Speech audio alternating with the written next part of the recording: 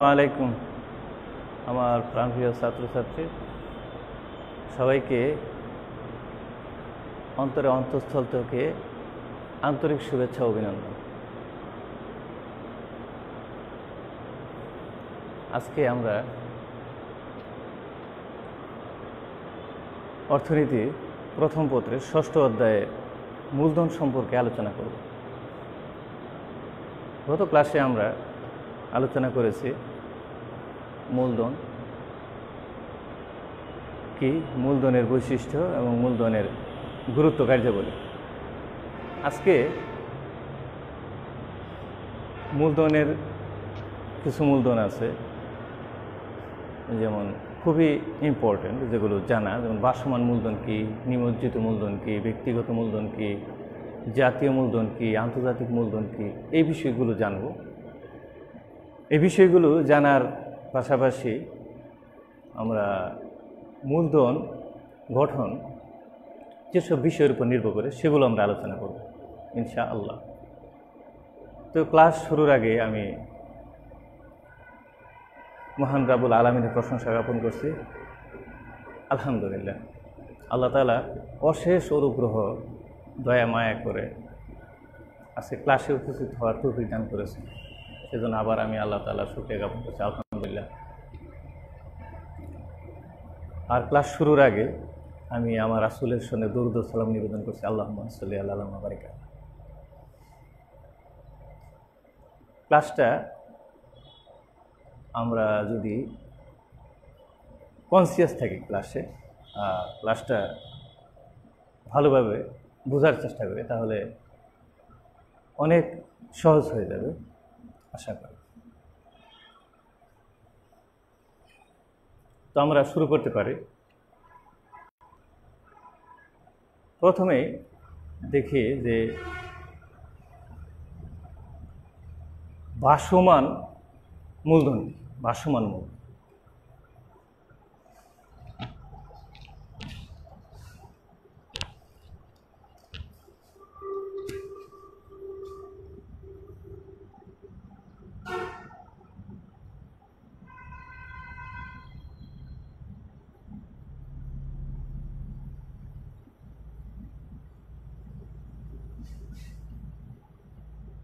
ভাসমান মূলধন কি? প্রথমে আমরা যে বিষয়টা আলোচনা করব সেটা হচ্ছে ভাসমান মূলধন কি।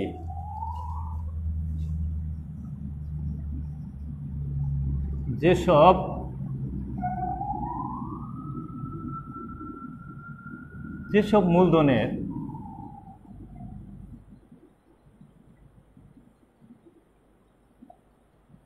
ব্যবহার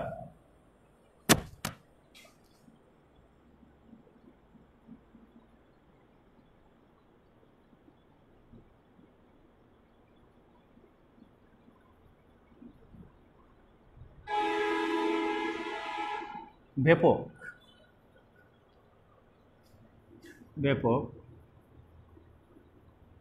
এবং যেসব মূলধনের ব্যবহার ব্যাপক এবং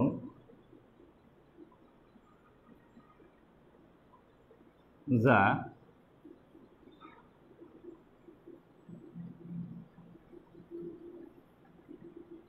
যে কোনো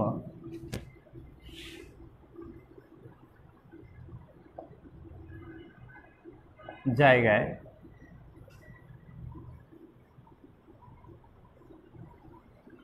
ব্যবহার করা যায়। যেসব মূলধনের ব্যবহার ব্যাপক এবং যা যে কোনো জায়গায় ব্যবহার করা যায় তাকে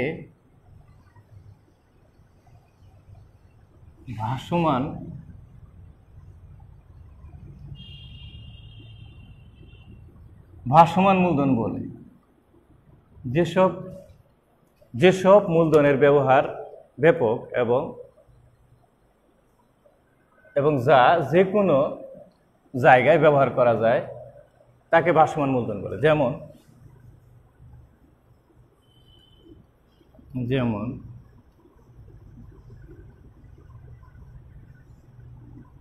বিদ্যুৎ,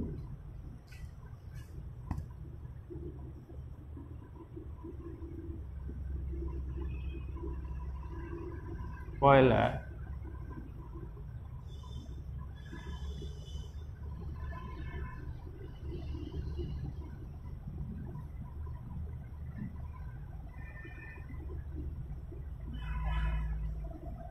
মোটর গাড়ি।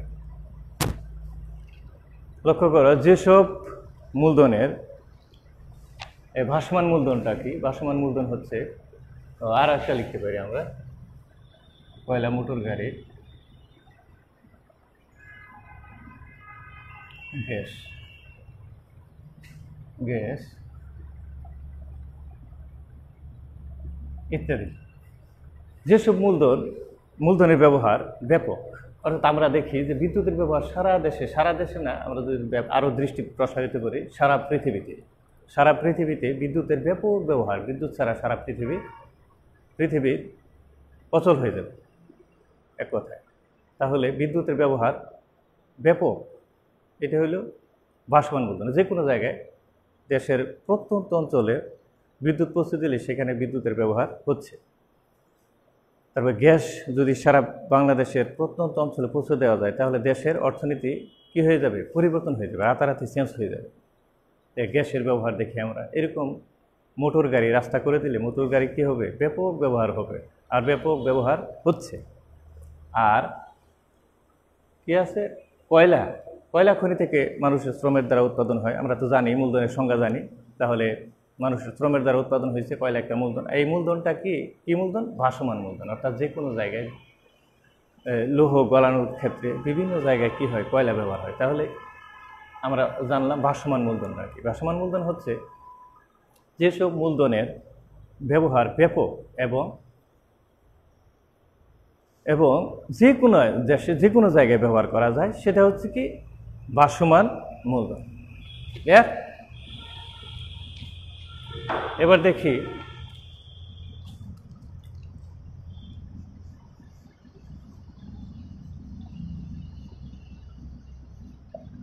নিমজ্জিত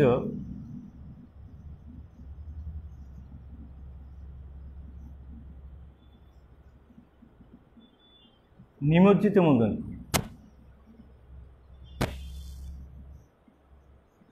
নিমজ্জিত মূলধন কি? যেসব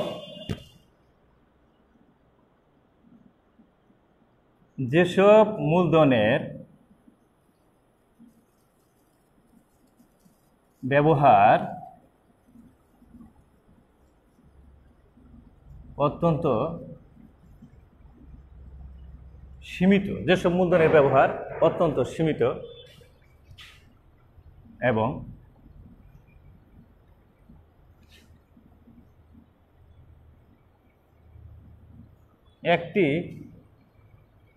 একটি মাত্র দ্রব্য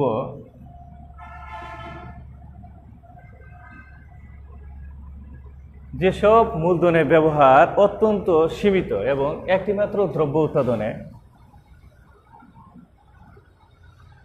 ব্যবহার হয়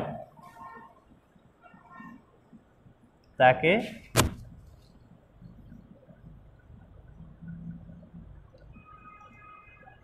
নিমজ্জিত মূলধন বলে। যেমন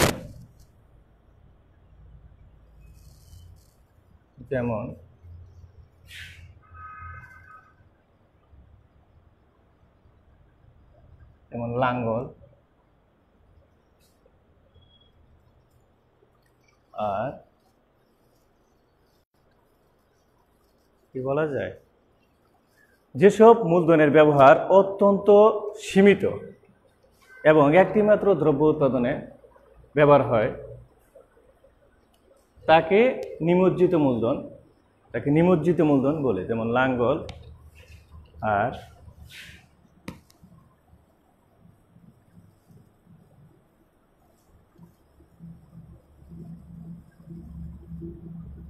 সেলাই মেশিন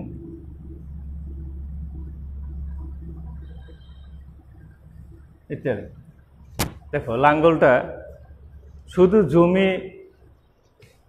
চাষ করতে, যদি জমিটা চাষ করতে ব্যবহার হয়, কৃষক ব্যবহার করে একমাত্র লাঙ্গল, একটা মাত্র কাজে ব্যবহৃত হয়, তাহলে যে এই ব্যবহার হওয়ার পরে যে কোনো সময় সেটা কি হতে পারে, বিকল হতে পারে, আবার মেরামত হয়।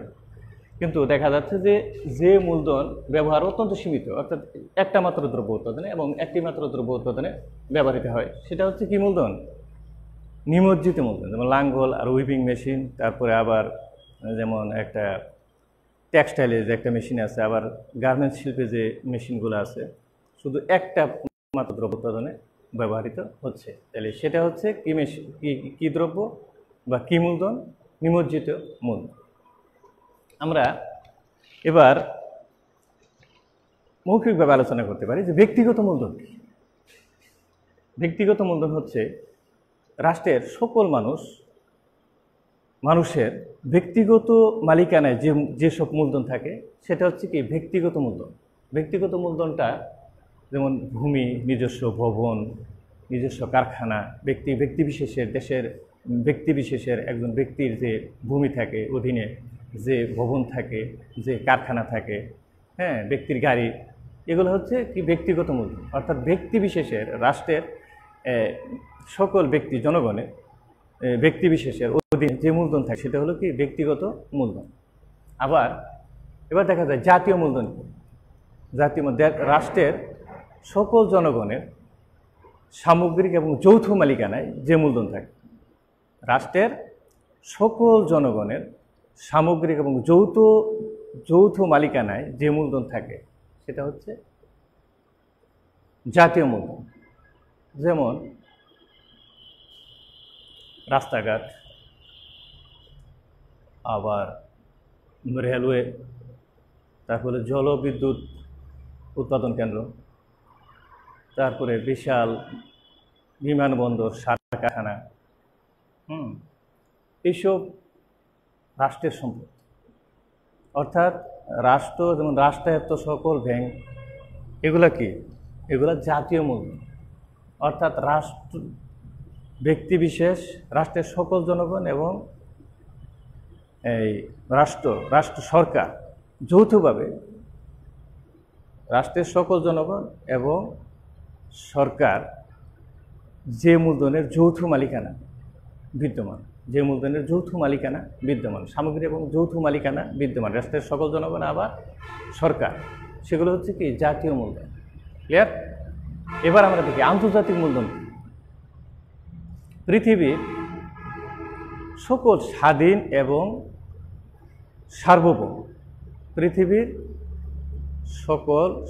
এবং সার্বভৌম রাষ্ট্রের অধীনে যে মূলধন থাকে সেগুলো হচ্ছে কি আন্তর্জাতিক মূলধন। যেমন আমরা বলতে পারি যে বিশ্ব ব্যাংক, ওয়ার্ল্ড ব্যাংক, আবার IMF, ইন্টারন্যাশনাল মনিটারি ফান্ড, আন্তর্জাতিক অর্থ তহবিল, এগুলো হচ্ছে কি? এগুলো হচ্ছে আন্তর্জাতিক মূলধন।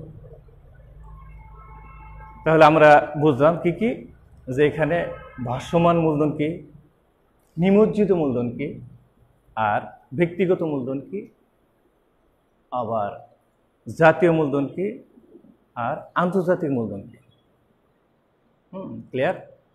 আবার বলি সংক্ষেপে যে ভাসমান মূলধন, যেসব মূলধনের ব্যবহার ব্যাপক এবং তা যে কোনো জায়গায় ব্যবহার করা যায়, যেসব মূলধনের ব্যবহার অত্যন্ত ব্যাপক এবং যেগুলো যে কোনো জায়গায় ব্যবহার করা যায় সেটা হচ্ছে কি ভাসমান মূলধন। আর নিমজ্জিত মূলধন, যেসব মূলধনের ব্যবহার অত্যন্ত সীমিত এবং শুধু একটি মাত্র দ্রব্য উৎপাদনে ব্যবহার হয়, শুধুমাত্র একটি মাত্র দ্রব্য পণ্য উৎপাদনে ব্যবহৃত হয়, সেটা হচ্ছে কি নিমজ্জিত মূলধন। আর ব্যক্তিগত মূলধনের রাষ্ট্রের সকল জনগণের ব্যক্তিগত মালিকানায় যে মূলধন বিদ্যমান থাকে সেটা হচ্ছে কি ব্যক্তিগত মূলধন। যেমন নিজস্ব ভূমি, নিজস্ব কারখানা, এসব হচ্ছে কি ব্যক্তিগত মূলধন। আর জাতীয় মূলধন, রাষ্ট্রের সকল জনগণ এবং সরকারের যৌথ মালিকানায়, সামগ্রিক যৌথ মালিকানায় যে মূলধন বিদ্যমান থাকে সেটা হচ্ছে কি জাতীয় মূলধন। যেমন বিশাল সড়ক যাতায়াত ব্যবস্থা, বিশাল যোগাযোগ ব্যবস্থা, তারপরে তোমার এই বিদ্যুৎ উৎপাদন কেন্দ্র, সার কারখানা, তারপরে বিমানবন্দর, এগুলো কি? এগুলো হচ্ছে জাতীয় মূলধন। আন্তর্জাতিক মূলধন কি? আন্তর্জাতিক মূলধন হচ্ছে অর্থাৎ বিশ্বের সকল স্বাধীন এবং সার্বভৌম রাষ্ট্র যে মূলধনের মালিক, বিশ্বের সকল স্বাধীন এবং সার্বভৌম রাষ্ট্র যে মূলধনের মালিক, সেটা হচ্ছে আন্তর্জাতিক মূলধন, যেমন ওয়ার্ল্ড ব্যাংক, বিশ্বব্যাংক, আর IMF, ইন্টারন্যাশনাল মনিটারি ফান্ড, যেটা বলে আন্তর্জাতিক অর্থ তহবিল, এগুলো হচ্ছে কি জাতীয় মূলধন। এবার আমরা একটা বিষয় আলোচনা করব, যে মূলধন, বিভিন্ন মূলধন সম্পর্কে আমরা একটা ধারণা নিলাম বা জানতে পারলাম। এবার আলোচনা করব মূলধন গঠন কী কী বিষয়ের উপর নির্ভর। মূলধনের গঠন আসলে এই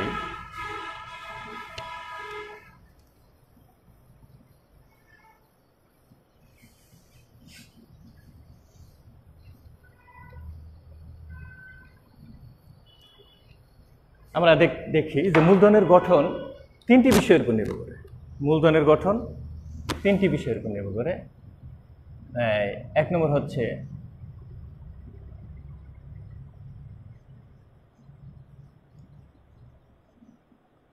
সঞ্চয়ের সামর্থ্য। এক নম্বর হচ্ছে সঞ্চয়ের সামর্থ্য। দুই নম্বর হচ্ছে আমরা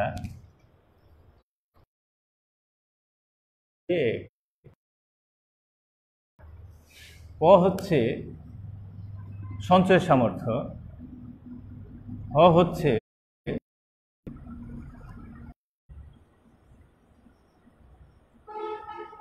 বিনিয়োগের সুযোগ সুবিধা। সঞ্চয়ের সামর্থ্য আর সঞ্চয়ের ইচ্ছা এবং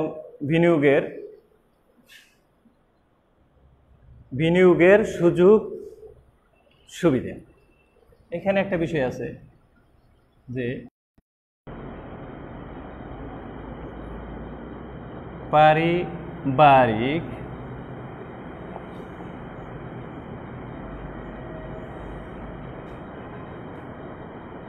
স্নেহ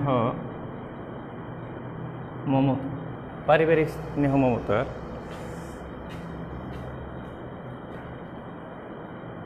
চার নম্বর হচ্ছে জানমালের নিরাপত্তা।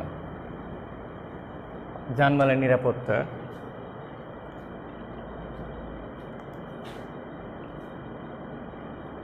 পাঁচ নম্বর হচ্ছে কর ও সরকারি নীতি।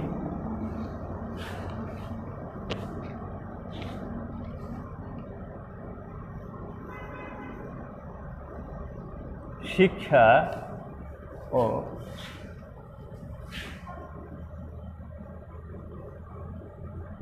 সামাজিক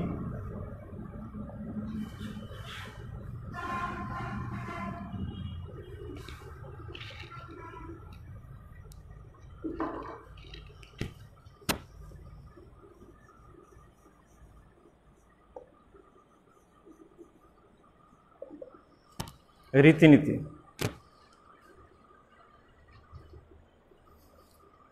লক্ষ্য করো যে এবার আমরা বিষয়টা আলোচনা করব যে বিনিয়োগের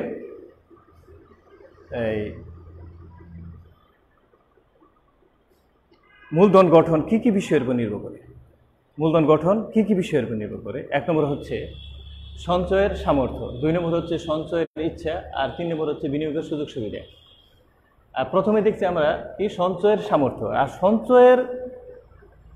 সঞ্চয়টা কি আসলে? সঞ্চয় হচ্ছে মানে অর্থনীতির দৃষ্টিতে সঞ্চয় হচ্ছে আয় থেকে ভোগ ব্যয় বাদ দিলে, অর্থাৎ একজন জনগণ বা একটা দেশের জনগণ একটা নির্দিষ্ট সময়ে যে পরিমাণ আয় করলো, আয় থেকে এই ভোগ ব্যয় সরকারকে কর দেয়, এই কর এবং যাবতীয় ব্যয় বাদ দিলে যে অবশিষ্ট থাকবে সেটা হলো সঞ্চয়। এই সঞ্চয়ের সামর্থ্য, অর্থাৎ যদি জনগণের সঞ্চয় না থাকে তাহলে তারা মূলধন গঠনের কোনো চিন্তা করতে পারবে না। তাহলে প্রথম কথাই হচ্ছে যে মূলধন গঠনের মূল হাতিয়ারই হচ্ছে সঞ্চয়ের সামর্থ্য, অর্থাৎ আয় থেকে ব্যয় বাদ দিলে কি থাকে? আয় থেকে ব্যয় বাদ দিলে কি থাকবে? সঞ্চয় থাকবে। অর্থাৎ সঞ্চয়টা তো এই যে সঞ্চয়টা থাকবে, সঞ্চয় আয় পরিমাণ যদি কি হয়? বেশি হয়। সঞ্চয়ের পরিমাণ যদি বেশি হয় তাহলে মূলধন গঠন দেশে বেশি হবে। অর্থাৎ জনগণের আয় যদি বেশি থাকে তাহলে মূলধন গঠনটা ব্যাপক হবে। আবার দ্বিতীয়টা হচ্ছে সঞ্চয়ের ইচ্ছা। এখন সঞ্চয়ের সামর্থ্য থাকলে হবে না, আবার সঞ্চয়ের ইচ্ছা থাকতে হবে। যেমন একজন ব্যক্তির লক্ষ কোটি টাকা থাকতে পারে, সে যদি বিশাল বিলাসিতায় সারা পৃথিবীতে ঘুরে বেড়ায়, আবার সমস্ত বিভিন্ন জায়গায় সব অপচয় করে উড়িয়ে দেয়, তাহলে তো তার দ্বারা মূলধন গঠন সম্ভব নয়। তাহলে কি করতে হবে? সঞ্চয়ের সামর্থ্য যেরকম আছে, তারপরে তার কি করতে হবে? সঞ্চয়ের ইচ্ছাও থাকতে হবে। এখন সঞ্চয়ের যদি ইচ্ছা না থাকে আর সে যদি অপব্যয়কারী হয়, জানোই তো অপচয়কারী কি? অপচয়কারী শয়তানের ভাই।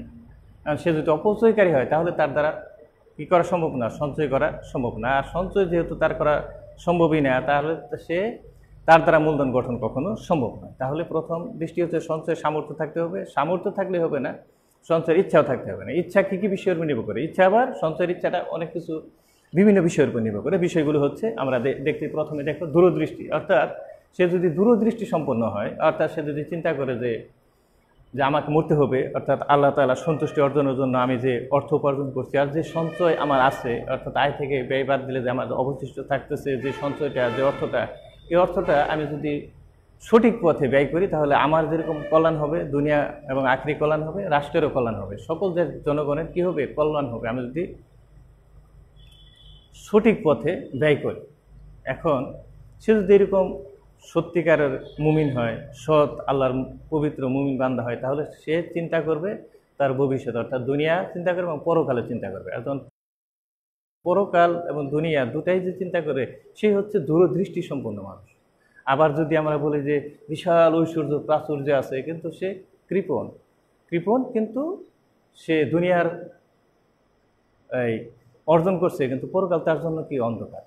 আসলে তার দ্বারা মূলধন গঠন সম্ভব নয়, সে তার দ্বারা অপচয় সম্ভব। তাহলে কি করতে হবে? যে দূরদৃষ্টি সম্পন্ন মানুষ, ওই ব্যক্তি দূরদৃষ্টি সম্পন্ন যে দুনিয়া আখেরি দুটাই কল্যাণের পথে এগিয়ে চলছে, দুটাই সে চিন্তা করে, দুনিয়াও চিন্তা করে, পরকালও চিন্তা করে। অর্থাৎ তার যেমন দুনিয়া অর্জন করে কিসের জন্য? আল্লাহ সন্তুষ্টির জন্য। অর্থাৎ অর্থ উপার্জন করে, অর্থ ব্যয় করে, সেটা কিসের জন্য? আল্লাহ সন্তুষ্টির জন্য। তাহলে সেই হচ্ছে দূরদৃষ্টি সম্পন্ন মানুষ। আর দূরদৃষ্টি সম্পন্ন মানুষ কি? সমাজের জন্য বিশাল এক সম্পদ। এবার সমাজে দুই শ্রেণীর মানুষ আছে। একটা আছে বিশাল অর্থবিত্ত আছে, কিন্তু তাকে বিশাল মানুষ সম্পদ সম্মান করে। আরেক শ্রেণীর মানুষ আছে অর্থ সম্পদ কম, কিন্তু সে যা উপার্জন করে সব ব্যয় করে মানুষের কল্যাণে বিলিয়ে দেয়, মানুষের কল্যাণে অর্থ দান করে উদার হস্তে। কিন্তু তার বিশাল মানুষ এমনি সম্মান করে না, কিন্তু তাকে গোপনে সম্মান করে, অর্থাৎ তার ভয়ে সম্মান করে, তাকে অন্তর থেকে ভালোবাসে, অন্তর থেকে সম্মান করে দেয়। আবার কিছু মানুষ আছে তার ভয়ে সম্মান করে, সে কিন্তু আসলে সত্যিকার অর্থে দূরদৃষ্টি সম্পন্ন মানুষ না।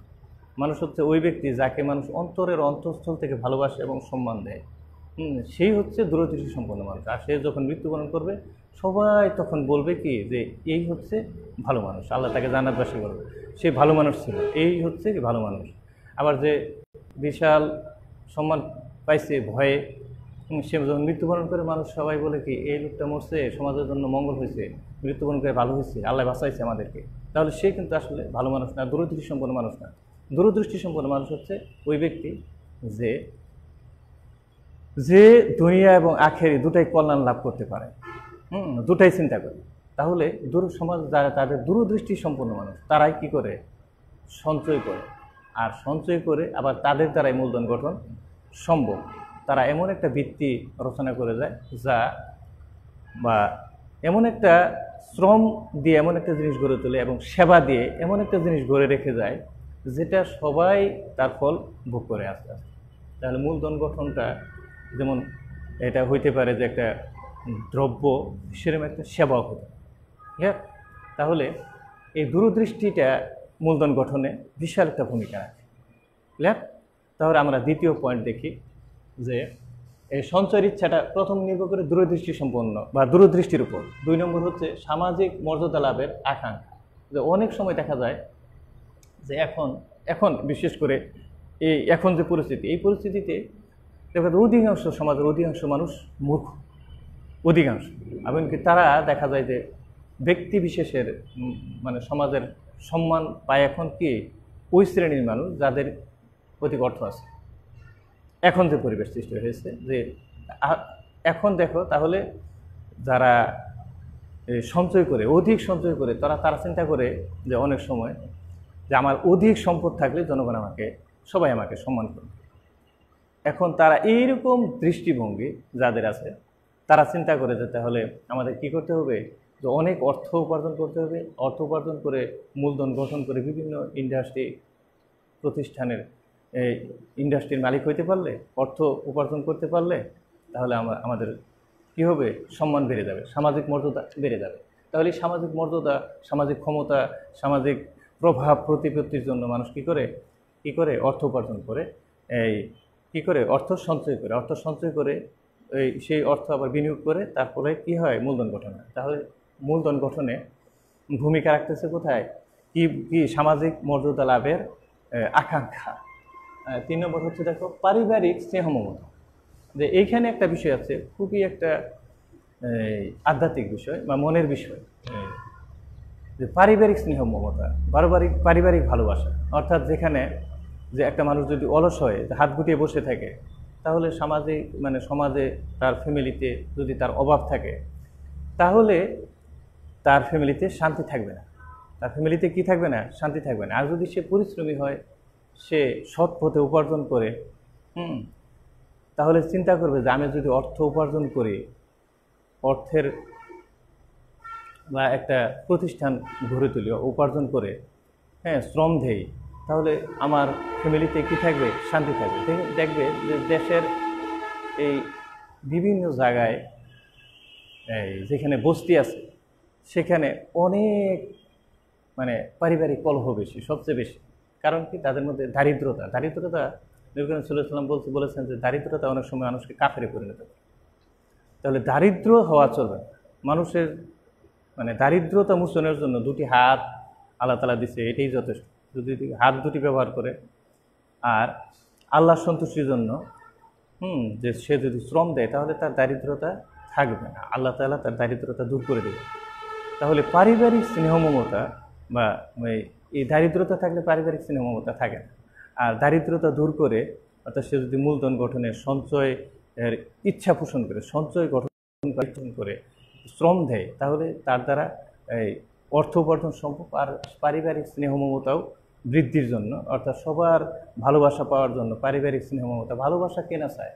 অর্থাৎ সেটা হতে পারে কি, যে শুধু প্রেম ভালোবাসা না, স্ত্রীর ভালোবাসা না, সন্তানের ভালোবাসা, পিতামাতার ভালোবাসা, তোমার আত্মীয় স্বজন, প্রতিবেশী, সবার ভালোবাসা। এই ভালোবাসা কেনা চায়, সবাই চায়। তাহলে এই ভালোবাসার জন্য যদি পেতে চায়, তাহলে সে চিন্তা করবে যে আমার অবশ্যই কী করতে হবে, অর্থ উপার্জন করতে হবে। আর অর্থ উপার্জন করে সেখান থেকে সঞ্চয় করতে হবে। সঞ্চয় করে বিনিয়োগ করে আমরা সে কী মূলধন গঠন করতে পারে।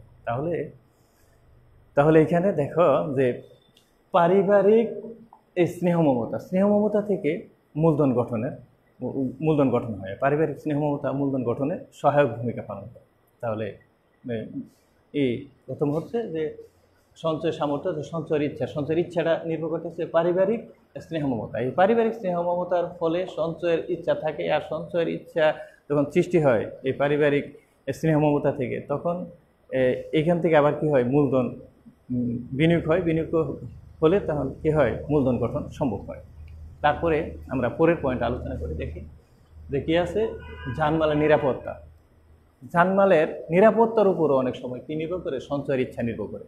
অর্থাৎ একজন দেশের জনগণ, সে এই একটা সাধারণ একটা দৃষ্টান্ত দেয়। যেমন মনে করো যে গার্মেন্টস শিল্পে যায় শ্রমিকরা আছে, বিশাল শ্রম দিচ্ছে।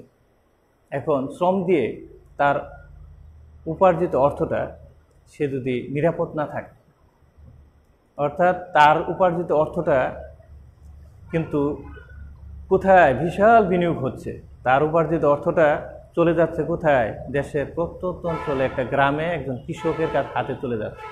এই কৃষক সেই অর্থটা ব্যবহার করে অর্থনীতিকে সমৃদ্ধ করছে। তো এখন যদি এই গার্মেন্টস শ্রমিক যে কাজ করে যে অর্থটা উপার্জন করছে, একজন মেয়ে হতে পারে, একজন ছেলে হতে পারে, এখন যদি তার উপার্জিত অর্থের নিরাপত্তা না থাকে, অর্থাৎ সে স্যালারিটা নিয়ে এই গার্মেন্টস থেকে এই বাসায় যাচ্ছে, এই যদি ছিনতাই হয়ে যায়, সামাজিক নিরাপত্তা নেই, তাহলে তার অর্থটা তার বাবার কাছে পৌঁছবে না। আর পৌঁছবে না বিদায় তার এই সারা দেশে এরকম যদি বিশৃঙ্খলা হয়, তাহলে কি হবে? অর্থনীতি ধ্বংস হয়ে যাবে, তাহলে তার সঞ্চয়ের ইচ্ছাও থাকবে না। আবার আরেকটা দৃষ্টান্ত দেয়, যেমন মনে করো যে তোমরা যদি গাউসিয়া যাও, তাহলে যেহেতু তোমাদের কাছে বিষয়টা, যে এই যে আমি দেখি যে মাধবদী এলাকায় এখানে সবাই অর্থ নিয়ে চলে যাচ্ছে, কোনো ছিনতাইয়ের কোনো প্রশ্নই আসে না, সবাই সচেতন, কোনো ছিনতাইয়ের ঘটনা ঘটে, কোটি কোটি টাকা নিয়ে যাচ্ছে, হাতে করে পকেটে করে নিয়ে যাচ্ছে। এখানে অনেক শিল্প প্রতিষ্ঠান গড়ে উঠছে, ব্যবসা প্রতিষ্ঠান প্রসারিত হয়ে গেছে। কিসের জন্য? যে সামাজিক নিরাপত্তা এখানে বিদ্যমান। তাহলে সামাজিক যে নিরাপত্তা এখানে বিদ্যমান, এর জন্য কি হয়েছে? আস্তে আস্তে যে তাদের সঞ্চয় বৃদ্ধি পেয়েছে, তাদের কি হয়েছে? সঞ্চয় বৃদ্ধি পেয়েছে। সঞ্চয় বৃদ্ধির ফলে এখানে বিভিন্ন ধরনের শিল্প প্রতিষ্ঠান গড়ে উঠছে, অর্থাৎ বিনিয়োগ হয়েছে, তারপরে মূলধন গঠন, বিভিন্ন মূলধন সামগ্রী এনে বিশাল বিনিয়োগ হয়েছে, মূলধন গঠন কী হয়েছে? সম্ভব হয়েছে। তাহলে দেখো যে কী করে যে সামাজিক নিরাপত্তা কী করে দেয়? সামাজিক নিরাপত্তা যে মূলধন গঠনকে অনেকভাবে এই জানমালের নিরাপত্তা মূলধন গঠনকে বাড়িয়ে দেয়। যেমন কোনো ইউরোপের কান্ট্রিগুলোতে যে সামাজিক নিরাপত্তা ব্যাপকভাবে বিদ্যমান, অর্থাৎ সামাজিক এই অস্থিরতা বা হত্যা, খুন, ধর্ষণ, এইসব কিছু সামাজিক বিশৃঙ্খলা এটা ইউরোপীয় সমাজে নেই বলেছে, খুব কম। কিন্তু বাংলাদেশের মতো দেশে বা উন্নয়নশীল দেশগুলোতে, ভারতীয় উপমহাদেশের বা আফ্রিকার দেশগুলোতে এগুলা ব্যাপক আকারে, অর্থাৎ সামাজিক নিরাপত্তা নেই বলে চলে। সামাজিক নিরাপত্তা নেই বিদায় যে মানুষের সঞ্চয়ের ইচ্ছা কম থাকে, আর মূলধন গঠনও কী হয়? কম হয়। তারপরে আমরা দেখি তারপরে কর ও সরকারি নীতি, করের উপরও সরকারি কর এবং সরকারি নীতির উপরও অনেক সময় কী করে যে সঞ্চয়ের ইচ্ছাটা নির্ভর করে। অর্থাৎ সীমিত আয়ের মানুষগুলা ব্যাপক আকারে কর দিয়ে দিল, সরকারকে ভ্যাট দিয়ে দিল, ব্যাপক আকারে কর আরোপ করলো, সরকার কর নিয়ে যাচ্ছে, কিন্তু অধিক আয়ের মানুষগুলো কর ফাঁকি দিচ্ছে, বিশাল বিশাল দুর্নীতিতে জড়িয়ে যাচ্ছে। তাহলে মূলধন গঠনটা মানে সঞ্চয়ের ইচ্ছাটা হ্রাস পেয়ে যাবে। অর্থাৎ সরকারের কর নীতি যদি সুষম না হয়, অর্থাৎ যে ধনী সে অধিক হারে কর দিবে, যে দরিদ্র সে কর দিবে কম, যে হতদরিদ্র যার জীবনই চলে না সে কর দিবে না, কিন্তু সেও কর দিচ্ছে। অর্থাৎ সে এক কেজি লবণ কিনলে, 1 কেজি চাউল কিনলে, একটা কলম কিনলে, একটা খাতা কিনলে সে ভ্যাট দিচ্ছে। কিন্তু যে কোটিপতি ব্যাংকের মালিক সে কর ফাঁকি দিচ্ছে বিভিন্ন উপায়। তো এরকম যদি দুর্নীতি হয়, তাহলে কি মূলধন গঠন কঠিনকালেও কী হবে না? সেই রাষ্ট্রে সম্ভব হবে, অর্থাৎ সঞ্চয়ের ইচ্ছাটা থাকবে না। যদি কি থাকে যে কর নীতি বা সরকারি নীতি, অর্থাৎ সরকার যদি এখানে কিনা হয় কঠোর না হয়, অর্থাৎ সরকারকে এখানে কী হতে হবে? কঠোর হইতে হবে। অর্থাৎ সরকার অধিক আয়ের, যাদের অধিক আয় তারা কর দিবে, কর ফাঁকির যেন কোনো সুযোগ না থাকে, এবং কর ফাঁকি দিলে তার কঠিন শাস্তি। অর্থাৎ যে আইনই আছে, প্রচলিত আইন, যে এই আইনটাই যদি সঠিক প্রয়োগ হয়, তাহলে কি হবে না? দুর্নীতি হবে না, কর ফাঁকি দেওয়া সম্ভব না। যারা কর আদায় করে তারাই এখানে বিশাল দুর্নীতিগ্রস্ত। দুর্নীতিগ্রস্তদের ধরে যদি কঠিন শাস্তি দেওয়া যায়, এমন শাস্তি যেটা দৃষ্টান্তমূলক শাস্তি, জাতিকে পৃথিবীবাসী সেটা প্রত্যক্ষ করবে, এরকম শাস্তি, তাহলে দুর্নীতি রোধ করা সম্ভব। আর দুর্নীতি রোধ করলেই তাহলে কি হবে? যে সঞ্চয়ের ইচ্ছাও থাকবে, তারপরে মূলধন গঠনও কী হবে? সম্ভব হবে, অর্থাৎ বিদেশে অর্থ পাচার হবে না। তাহলে আমাদের অর্থ তো বিদেশে কী হয়ে যায়? যে মূলধন বা যে অর্থ আমার উপার্জন হয় ব্যক্তিবিশেষের, তারা কী করে অনেক সময় যে বিদেশে পাচার করে দেয়। তাহলে পাচার হবে না যদি দুর্নীতি বন্ধ হয়ে যায়। তাহলে সরকারি নীতি, এই মূলধন গঠনটা সবচেয়ে বেশি প্রভাবিত করে সরকারি নীতি। অর্থাৎ সরকার যদি এই হয়ে যায়, মানে কঠিন হয়, যে অন্যায়ের বিরুদ্ধে কঠিন আর ন্যায়ের পক্ষে, ন্যায় বিচার বিদ্যমান, তা আল্লাহ সন্তুষ্ট না, আল্লাহর আইন প্রতিষ্ঠিত হয়ে যায়, রাসূলের জীবন আদর্শ প্রতিষ্ঠিত হয়ে যায়, তাহলেই একমাত্র কি হবে, যে রাষ্ট্রের কল্যাণ হয়ে যাবে, অর্থাৎ কল্যাণমূলক রাষ্ট্র প্রতিষ্ঠিত হয়ে যাবে। তাহলে মূলধন গঠন সঞ্চয়ের ইচ্ছাটা কি হয়ে যাবে, প্রবল হয়ে যাবে। অর্থাৎ সে চিন্তা করবে যে আমি রাষ্ট্রের অধিক অর্থ উপার্জন করব, অধিক অর্থের মালিক হব, বিশাল শিল্প প্রতিষ্ঠানের মালিক হব, কার জন্য? আল্লাহ সন্তুষ্টির জন্য। অর্থাৎ আমি এগুলো সব ভোগ করতে পারবো না, কিন্তু কি করব, আমি যে যা রেখে যাব সেটা কি হবে, সেটা আমার জন্য কল্যাণকর হবে, কারণ আমি সেটা রেখে যাব রাষ্ট্রের কল্যাণের জন্য। ঠিক আছে? এরকম যারা উদার মনের মানুষ হয়ে যাবে সারা দেশে, সবাই যখন উদার মনের মানুষ হয়ে যাবে, হ্যাঁ, সবাই সৎ হয়ে যাবে, কোনো দুর্নীতি থাকবে না, তাহলে রাষ্ট্র অর্থাৎ দুনিয়াতেই স্বর্গ নেমে আসে। এরকম পরিস্থিতি, মানুষ যদি কী হয়ে যায়, সৎ হয়ে যায়, আদর্শবান হয়ে যায়, আল্লাহকে ভয় করে, আসলে জীবন আদর্শ মেনে চলে, তাহলে সরকার যদি এখানে বিশাল ভূমিকা রাখে যে মানুষের দুর্নীতি করবে, শেষ, তার কঠিন শাস্তি। সাধারণ একটা চুরি করলে তার হাতে, এরকম ইসলামী আইন প্রতিষ্ঠিত করে, তাহলে দুর্নীতি করতে পারবে না, সাহসী করতে পারবে দুর্নীতি। তাহলে সরকার যদি কঠোর হয়, তাহলে কি হবে, যে কি হবে, তাহলে বিনিয়োগ, অর্থাৎ সঞ্চয়ের ইচ্ছা জাগবে। সঞ্চয়ের ইচ্ছা জাগলে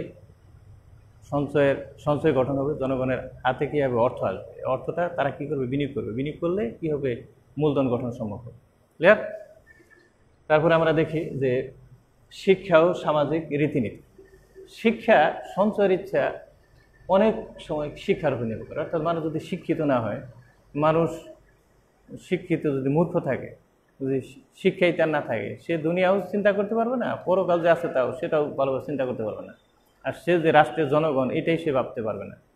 তাহলে শিক্ষা তার দুনিয়া আখেরি, তার সারা বিশ্ব প্রেক্ষাপট সব কিছু থেকে সে কী হয়ে যায়, বিচ্ছিন্ন হয়ে যায়। কিন্তু শিক্ষা কী করে, সব কিছুতে তাকে সচেতন করে দেয়।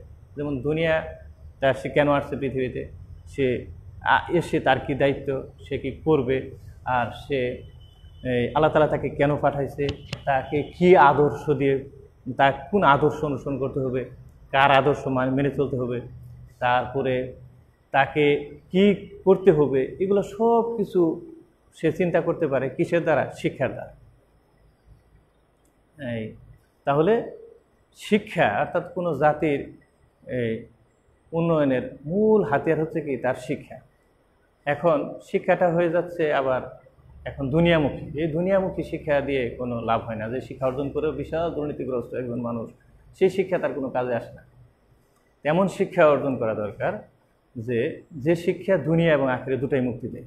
অর্থাৎ যে শিক্ষা কি করে, মূলধন গঠন, অর্থাৎ যে শিক্ষা সঞ্চয়ের ইচ্ছা, তার সঞ্চয়ের ইচ্ছাটাকে কি উদ্বুদ্ধ করে দেয়, অর্থাৎ জাগিয়ে দেয়।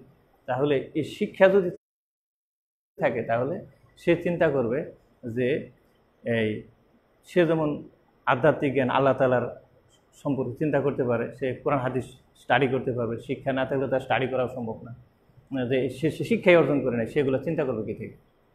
তাহলে শিক্ষা অর্জন করলে, একমাত্র জাতি শিক্ষিত হলেই সে এই সঞ্চয়ের ইচ্ছা করতে পারে।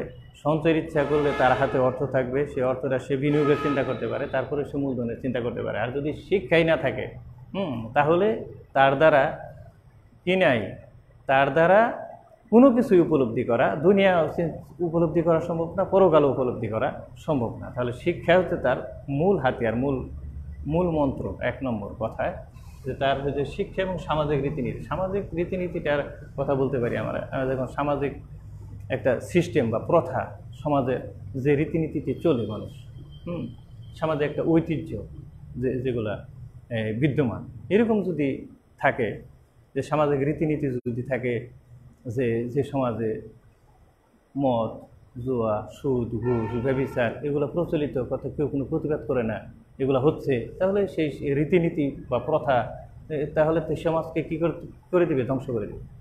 আর সামাজিক রীতিনীতি যদি এরকম হয় যে কেউ কী করতে পারবে না, অন্যায় করতে পারবে না, সবাই প্রতিবাদ করে, কেউ কোনো খুন, ধর্ষণ, ছিনতাই এগুলো কেউ করতে পারবে না। সবাই প্রতিবাদ করে, যে সামাজিক রীতি প্রথা এরকম সবাই প্রতিবাদ করে দাঁড়ায়, হ্যাঁ, তাহলে সামাজিক রীতিনীতিটা যদি এরকম ভালো থাকে, সবাই কী করে, সবাই সবাইকে সালাম দেয়, সবাই সবার কল্যাণে এগিয়ে আসে, সবাই দুঃখে এগিয়ে আসে, সুখে এগিয়ে আসে, সবাই সবার পাশে থাকে, তাহলে সমাজটা সুন্দর হয়ে যায়, সামাজিক রীতিনীতিটা এরকম সুন্দর থাকে, তাহলে সেখানে কী হবে, বিনিয়োগের বা সঞ্চয়ের ইচ্ছা থাকবে, প্রকট যে তার অর্থটা কী হবে, সে চিন্তা করবে আমার অর্থটা, আমি যদি অর্থ উপার্জন করি আমার অর্থটা কী হবে, কল্যাণে আসবে, অর্থাৎ আমার যেরকম কল্যাণ হবে সমাজের সবার কল্যাণ হবে, সমাজের সবার কল্যাণে সে চিন্তা করে। তাহলে এরকম দেখা যাচ্ছে যে সঞ্চয়ের ইচ্ছাটা নির্ভর করে শিক্ষা এবং সামাজিক রীতিনীতির উপর। ক্লিয়ার? তাহলে আমরা দেখতে পারি, সর্বশেষ দেখতে পারি যেটা, যে এই বিনিয়োগের সুযোগ সুবিধা, অর্থাৎ যে অর্থ উপার্জন করলো এই অর্থটা বিনিয়োগের যদি কোনো সুযোগ সুবিধা না থাকে, অর্থাৎ বিনিয়োগ করতে গেলেই চাঁদাবাজি, বিভিন্ন সন্ত্রাসী কর্মকাণ্ডে সে জড়িয়ে ধরে, তাহলে তার সে বিনিয়োগ করতে পারবে না। অর্থাৎ বিনিয়োগ না করলে মূলধন গঠন সম্ভব না। তাহলে হচ্ছে যে মূলধন গঠনের আরেকটা বিষয় হচ্ছে কি, যে বিনিয়োগের সুযোগ সুবিধা, অর্থাৎ যে অর্থ উপার্জন করলো, যে সঞ্চয় করলো, যে সঞ্চয়ের এই সামর্থ্য আছে, সঞ্চয়ের ইচ্ছাও আছে, সব কিছু সম্ভব হলো, এখন সে অর্থটা সে কী করতে হবে, বিনিয়োগ করতে যদি পারে তাহলে মূলধন গঠন সম্ভব হবে। আর যদি বিনিয়োগের সুযোগ সুবিধা না থাকে তাহলে এই দেশে বিনিয়োগ সুযোগ সুবিধা যে দেশে আছে সেই দেশে সে অর্থ নিয়ে কোথায় চলে যায়, যে সেই দেশে বিনিয়োগ করে। তাহলে বিনিয়োগের সুযোগ সুবিধার উপর কী করবে, মূলধন গঠন নির্ভর করে। তাহলে আমরা জানলাম আজকে কি, যে মূলধন, বিভিন্ন মূলধনের সংজ্ঞা জানলাম, যে ভাসমান মূলধন কি, তারপরে নিমজ্জিত মূলধন কি, ব্যক্তিগত মূলধন কি, জাতীয় মূলধন কি, আন্তর্জাতিক মূলধন কি, তারপরে মূলধন গঠন কী কী বিষয়ের উপর নির্ভর করে আমরা দেখলাম 3টি বিষয়ের উপর: সঞ্চয়ের সামর্থ্য, সঞ্চয়ের ইচ্ছা এবং সঞ্চয়ের সুযোগ সুবিধা, বিনিয়োগের সুযোগ সুবিধা। আর সঞ্চয় সামর্থ্য এটা একটা বিষয়, এটা আমরা আলোচনা করছি। সঞ্চয়ের ইচ্ছা আবার বিভিন্ন বিষয়ের উপর নির্ভর করে, 6টি বিষয়। আর বিনিয়োগের সুযোগ সুবিধার উপর কি নির্ভর করে, বিনিয়োগ সুযোগ সুবিধার উপর মূলধন গঠন নির্ভর করে। ক্লিয়ার? আশা করি সবাই বুঝতে পেরেছ। এবার যদি তোমরা ভালোভাবে এটা স্টাডি করো বা ক্লাসটা ভালোভাবে দেখো, তাহলে তোমাদের জন্য বুঝতে পারবে বিষয়গুলো, আর তোমাদের জন্য সহজ হয়ে যাবে। আর বিষয় এই অধ্যায়টা অনেক সহজ, যদি একটু স্টাডি করো তাহলে বুঝে যাবে। তাহলে আজকে আর নয়, আজ তোমাদের সবার মঙ্গল কামনা করছি। আল্লাহ তাআলা তোমাদের দুনিয়া আখিরাত কল্যাণময় করে দেখ, এই কামনা করে আজকের মতো এখানে ক্লাসটা শেষ করছি। আসসালামু আলাইকুম ওয়া রাহমাতুল্লাহি ওয়া বারাকাতুহু।